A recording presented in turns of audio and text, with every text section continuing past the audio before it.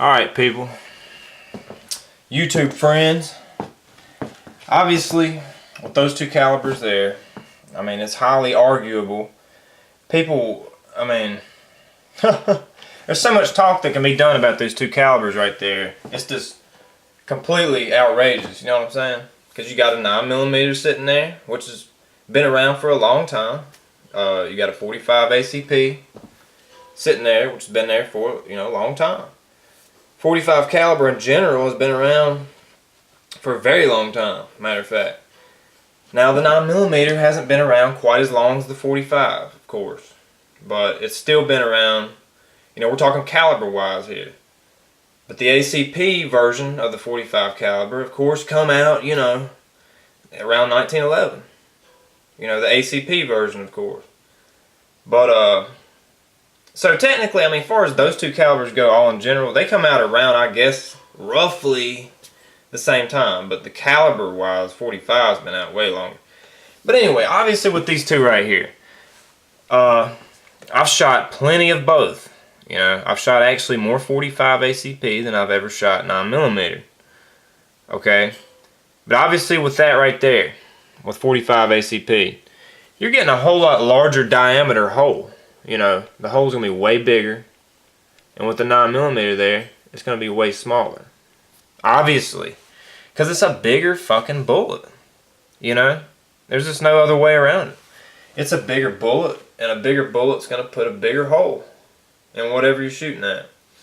Now people get so caught up in feet per second, this and that, whatever, and then talking about expansion, and they get into hollow points. I don't get into all that. I'm not a hollow point fan. I actually just use complete full metal jacket, because I believe that, if you can't get the job done with that, you just don't even need a gun anyway. Okay?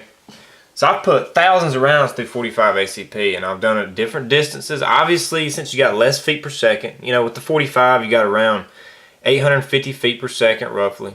On factory, we're talking about factory rounds here, And a 9mm, around 1100, maybe 1200 feet per second, roughly around. And obviously, there's weight difference here. The 45 weighs twice the amount the 9mm does, as far as grains go, lead grains, whatever. 45's 230 factory, and then 9mm here is 115. So you're looking at twice the amount of weight. When you're dealing with up close, like very, very up close, the 9mm will penetrate basically the same amount as the 45 will. But of course the 45 is going to put a bigger damn hole in whatever you're shooting at. Duh.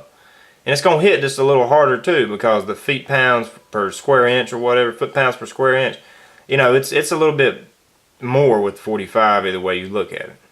Alright. Now, anyway, what I was going to say is with the 9mm, as you move your distance back, I've shot it steel and stuff too, you know what I'm saying? So, and just whatever, different gauges of steel.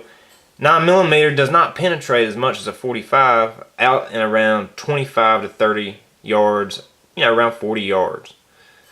The 45 penetrates, so because the weight of the 45 carries it further, okay, and makes it penetrate better at around a 25 to 30 some yard distance. So I figured I'd throw that up for you, just to give you a little rough comparison here. And technically, yes, you do have more stopping power with a 45 ACP versus your 9mm.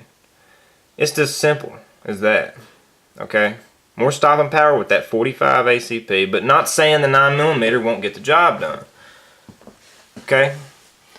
So anyway, running low on minutes, and I will definitely see you on the next one. Hope this just shed some light on what's what. And the 45 ACP versus 9mm penetration test video, I did actually hit a knot with that 45 on the first shot, which is why it didn't go through. Otherwise it would have.